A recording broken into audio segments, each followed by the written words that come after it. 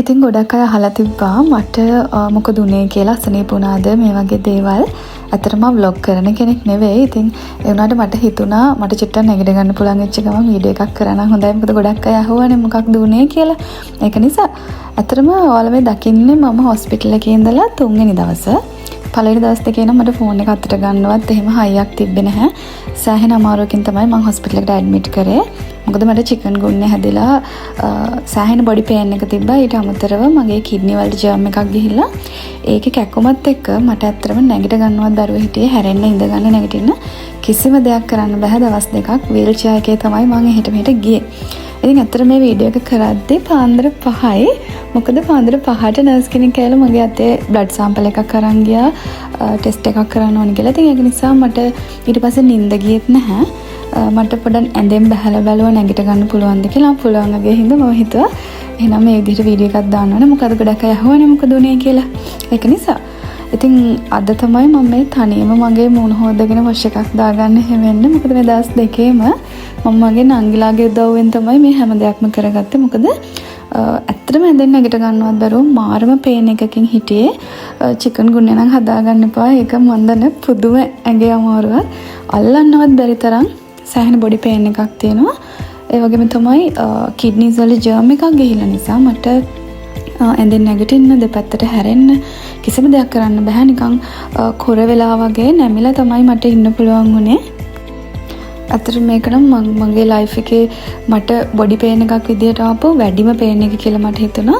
දවස් දෙකකින් මම ඇත්තට මේකේ ක්‍රීම් ටිකක්වත් ගාලා හිටියේ නෑ. වතුරත් බොන්න ඕනේ මැනලා. නිකන් ඇත්තටම මේ ෆීලිංස් ඔක්කොම නිකන් මාව ලෙඩෙක් විදියට මට පේන්න ගත්තා. ඊනට ඉතින් ඒව නොකරත් බෑ. මොකද මම රිකවර් වෙන්න ඕනේ. මට සෑහෙනම ප්‍රශ්නයක් වුණේ මම ක්ලාස් එක කරන්න හිටපු දවසක තමයි මට පාන්දර මෙහෙම අමාරුනේ.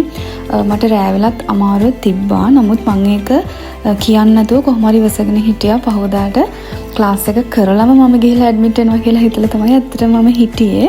මොකද බ්‍රයිඩල් ලෙසන් එකක් තමයි ඇකඩමි එකේ තිබ්බේ. මම ඒත් කරන්න දෙයක් නැහැ. කොහොම හරි ඉවසගෙන හිටියා. ඒත් පාන්දර 2 විතර එනකොට මම දන්නෙත් නැහැ. මට හොඳටම අමාරුලා මාව ඇඩ්මිට් කරලා තිබ්බා. ඉතින් ඒක නිසා ක්ලාස් එක මට කරගන්නත් බැරි වුණා. ඒ වගේම අලුතෙන් ක්ලාසස් පටන් ගන්න ක්ලාසස් 2-3ක්ම දාලා තිබ්බා. ඒ මොනවත්ම මට කරගන්න බැරි වුණා මේ ලෙඩේ හින්දා. දවස් 3කට පස්සේ අද තමයි මම මේ එළිය හුලන් ටිකක් වදින්න ඇවිදගෙන එළියට ආවේ. මොකද මට එළියටවත් එන්න විදිහක් නැතුව හිටියේ. ඉරේලිය ඇඟට වැටෙන්නෙත් මගේ මේ දවස් 3කට පස්සේ. ඉතින් ඇත්තට මට හිතෙච්ච දෙයක් තමයි මේක මගේ බොඩි එකටත් රෙස්ට් එකක්, ඒ වගේම මයින්ඩ් එකටත් රෙස්ට් එකක් කියලා හිතුණා. ඇස් දෙකටත් හරි සනීපයි මෙහෙම දකිනකොට. මොකද මම ගොඩාක් හැම වෙලේම වැඩ කරන කෙනෙක්. ක්ලාස් එකට යනවා, සලෝන් එකට යනවා. ඉතින් ඒවත් එක්ක මේ වගේ නිදහසේ ඉන්න අවස්ථාවක් හම්බෙච්ච එකත් එක අතකට හොඳයි කියලා හිතෙනවා. දවස් 3කට හරි දවස් 2ක් නම් හොඳටම ඩවුන්. ඉතින් මේක තමයි මම ආසම නැති වැඩේ. මේ ඩ්‍රොප් එක දෙනකොට නම් මාරම අමාරුයි. මොකද කිඩ්නි වල තියෙන විස බීජ අයින් වෙන්න තමයි මේ විදිහට ඇන්ටිබයොටික් කෝස් එකක් ගියේ. ඇත්තටම මෙතනදී ස්පෙෂලි මතක් කරන්නේ ආශ්‍රය හොස්පිටල් එකේ ස්ටාෆ් එක. ඇත්තටම යාලා ගොඩක් හොඳයි. හොඳට හොයලා බලනවා. හැමදේම කරලා දෙනවා. මොනවද ඕනේ කියලා හැම වෙලේම හොයලා බලනවා. ડોක්ටර්ස්ලාත් එහෙමයි, නර්ස්ලාත් එහෙමයි, ස්ටාෆ් එකයි හැම කෙනාම හරිම හොඳින් මට සැලකුවා. ඒ වගේම එතනත් හිටියා මගේ වීඩියෝස් බලන කට්ටිය. යාලත් අහනවා ඇයි මොකද උනේ, වතුර බොන්නේ නැද්ද? ඇත්තටම ගොඩක් වෙලාවට කිඩ්නි වල ප්‍රශ්න එන්නේ වතුර බොන්නේ නැති හේතු නිසා කියලා. මටත් හිතුණා මම බොන වතුර ප්‍රමාණය මදි කියලා. ඉතින් ඇත්තටම මේකේ මට හිතන්න පොඩි කාලෙකුත් හම්බුණා කියලා මම හිතනවා. මං ගැන සමහරලාට වැඩත් එක්ක මට මාව මිස් වෙනවා. ඉතින් ඒත් එක්ක තමයි මේ වගේ ලෙඩත් ගොඩක් හැදෙන්නේ. ඒක නිසා පොඩි ටයිම් එකක් මට ආවා මං ගැන හිතන්නත්. ඉතින් මං ගැන හිතනවා වගේම මගේ බිස්නස් එක ගැනත් මම බලන්න ඕනේ.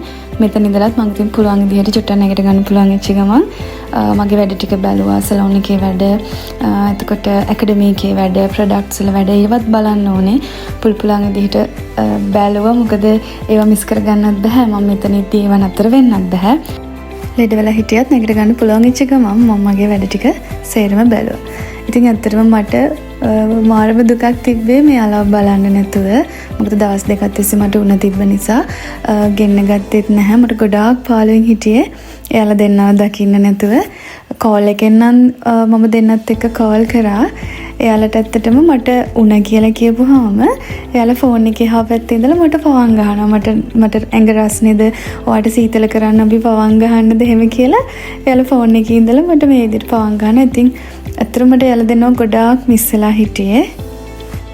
මට අසනීපෙන් අර ඇඳේ වැටිලා ඉද්දි නම් ඇත්තටම මට කෝලයක්වත් ගන්න විදිහක් තිබ්බේ නැහැ. එනට අර මට දැන් ඇඟට ටිකක් පණ ඇවිල්ලා නැගිටිට පස්සේ නම් චුට්ටක්වත් ඉන්න හිතෙන්නේ යන්නමයි හිතෙන්නේ.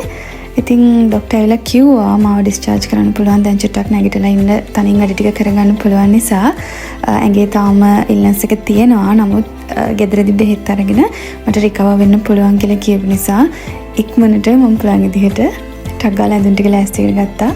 හොස්පිටල් එකට බයි බයි කියන්නේ. ඉතින් ඕක තමයි ඇත්තටම මට උනේ. අසනීප වෙලා හිටියේ. තාම හොඳටම හොඳ නැහැ. නමුත් ගෙදර ඉඳලා පොඩ්ඩක් රෙස්ට් කරලා හොඳට කාලා බීලා බෙහෙත් බීලා ආපහු රිකවර් වෙන්න තමයි මම බලන්නේ. මොකද මට ගොඩාක් කල් එහෙම ලෙඩ වෙලා ඇඳේ ඉන්න බෑ. මගේ වැඩත් එක්ක ඒව කරගන්නත් ඕනේ. මොකද මට ලොකු වගකීමක් තියෙනවා මම උගන්න නිසා. මගේ ස්ටුඩන්ට්ස්ලා සෙට් එකක් බලන් ඉන්නවා මගේ ඉගෙන ගන්න. ඒක නිසා කොහොම හරි මම මේ වීක් එකම හොඳට රෙස්ට් කරලා ඊළඟ සතියේ ඉඳලා back to normal මගේ වැඩ ටික පටන් ගන්න තමයි හිතාගෙන ඉන්නේ. ඔන්න ඉතින් මම දැන් ගෙදර යන ගමන් ගෙදර ගියපු ගමන් මේ දෙන්නා මාෂියෝ කියාගෙන දුවගෙන ආවා. ඇත්තට මේ දෙන්නට මාෂි නැන්ද කියන්නේ නැහැ. මාෂි කියලා තමයි කතා කරන්නේ. ළඟට එන්න එපා කිව්වටත් ඇහුවේ නැහැ හොස්පිටල් එකේ ඉඳලා ආව ගමන් නිසා. ඉතින් ටක් ගාලා මම වොෂ් එකක් දාගෙන මේ දෙන්නත් එක්ක පොඩ්ඩක් ටයිම් එක ගත කරා. මොකද මට හිතෙනවා මගේ මනසට ඇඟටයි දැන් තමයි නියම බෙහෙත හම්බුනේ කියලා.